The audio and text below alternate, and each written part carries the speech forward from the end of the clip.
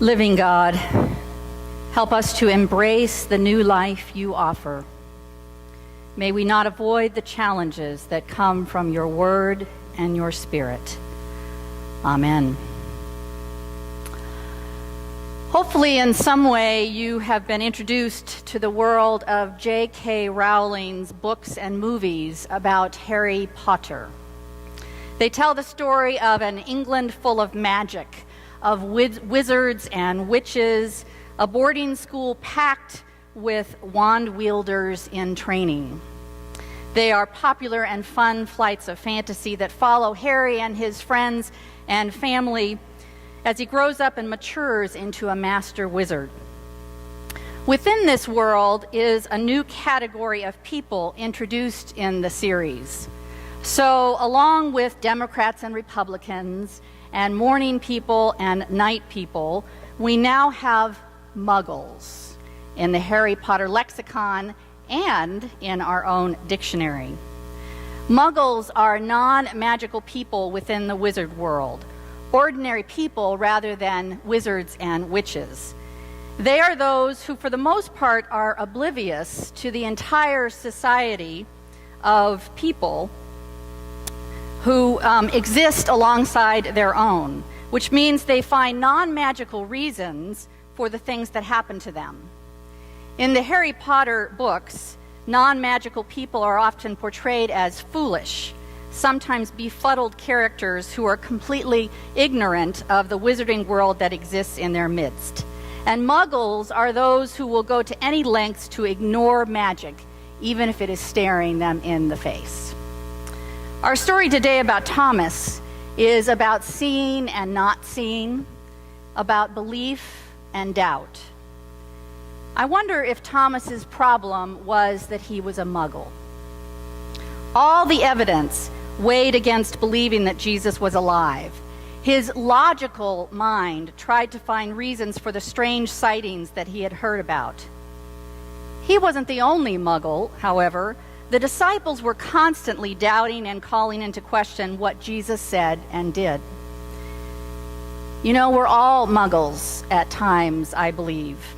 Times when we can't make an easy leap of faith. Times when we need to experience something ourselves before we can believe and understand it.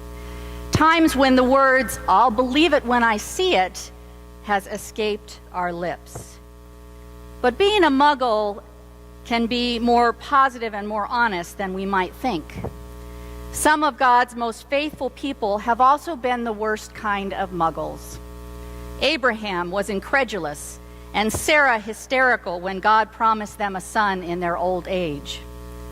Jonah tried to run away from his mission to Nineveh because he couldn't believe that God was asking him to come and help the Ninevites. David, of course, could not see his own fault when he was staring himself in the face. We can be the worst kind of Muggles when we are oblivious to the miracles of God taking place around us every day.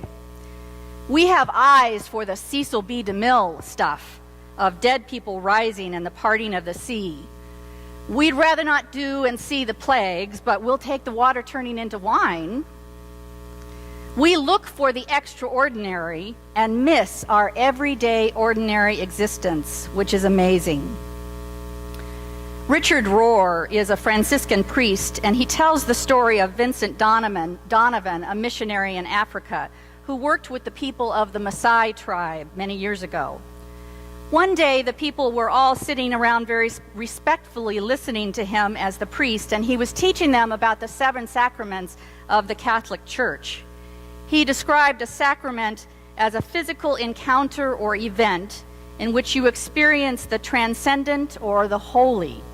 And he could tell the men were not very satisfied when he said that there were only 7 such moments or experiences.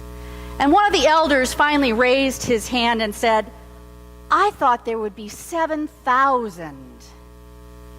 I thought there would be 7,000. No wonder we have such a hard time encountering the holy, because we look for God only in a very few places. What Muggles we are when we don't see how we live in a universe surrounded and saturated with the sacred and the holy."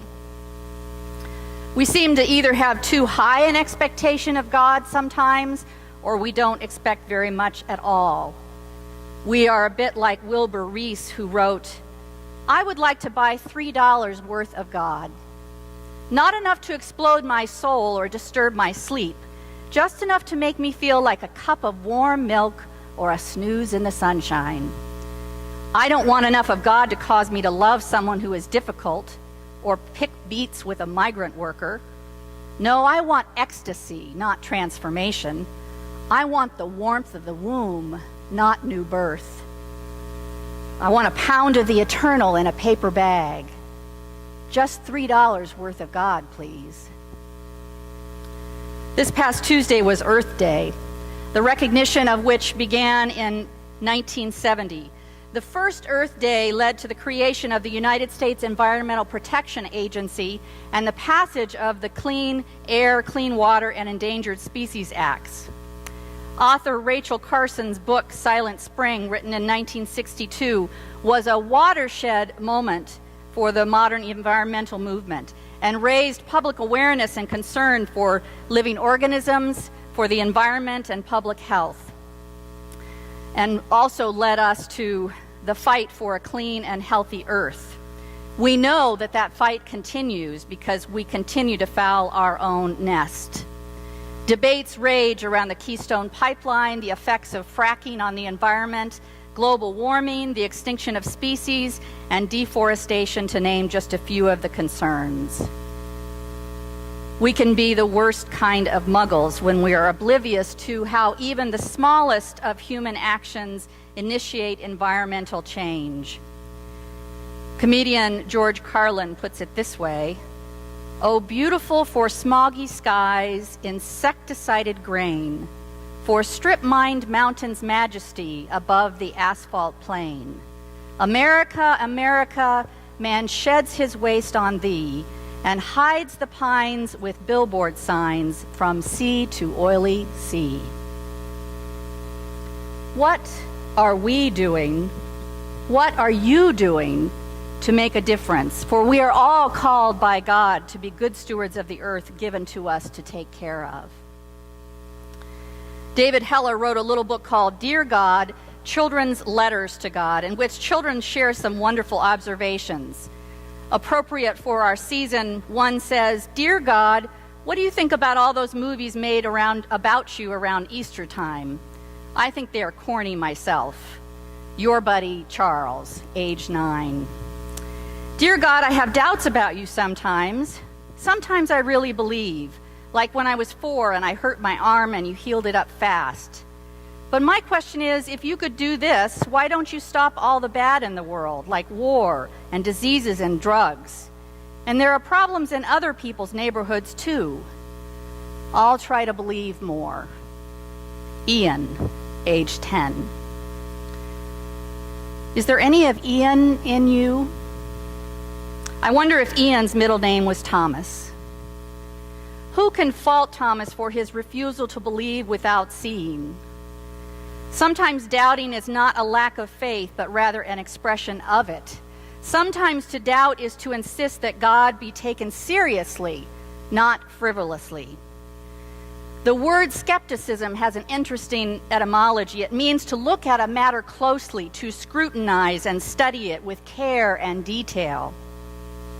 Author Mark Buchanan defines a true skeptic as someone who is passionate about discovering the truth and wants to believe, but safeguards against the hypnotic power of that wanting.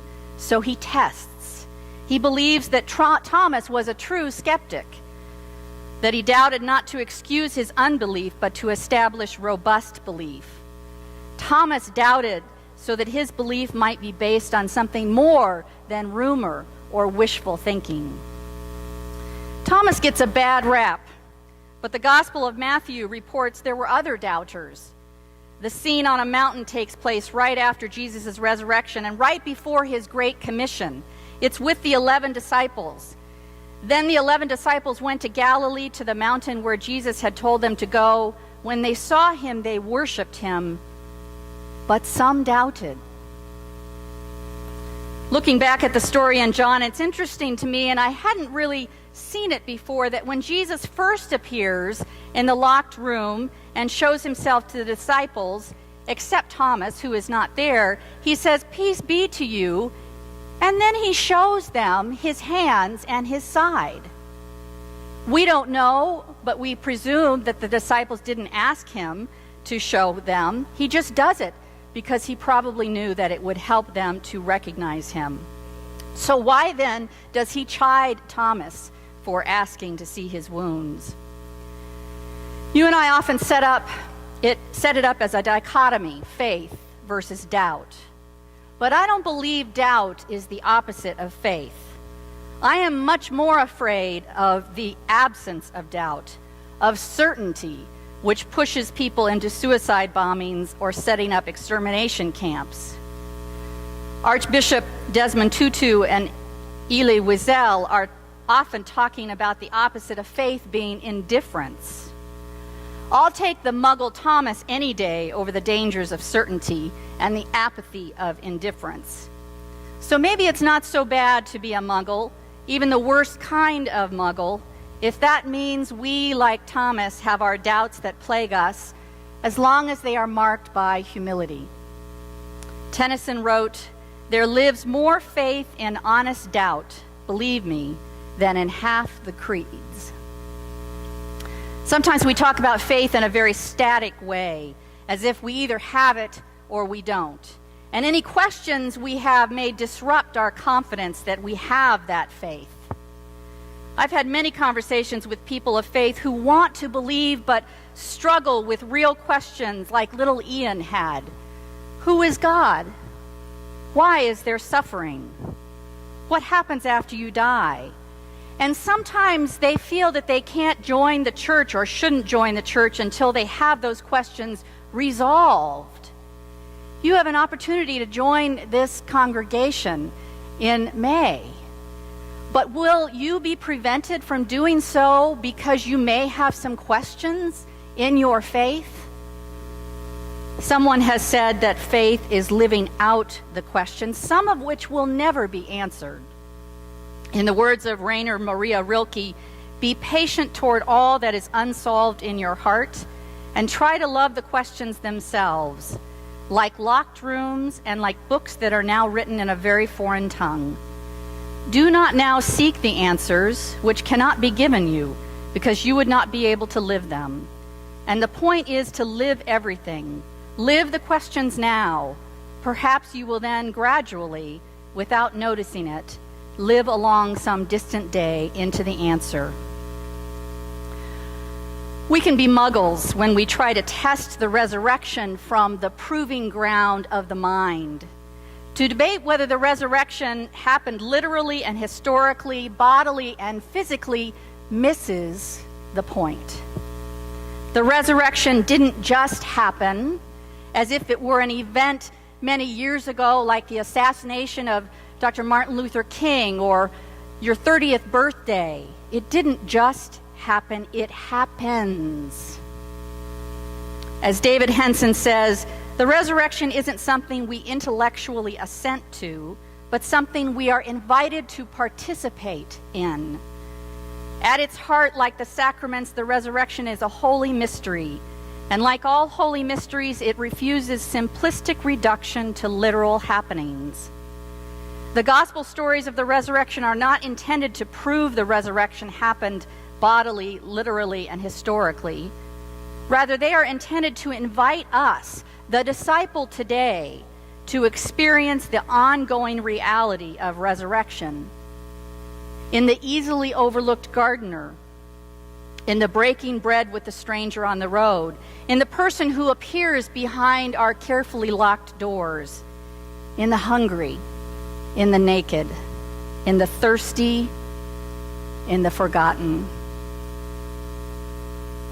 The power of the resurrection is that it is an ongoing and dynamic reality in which we participate, through which we are transformed, and in which we live and move and have our being.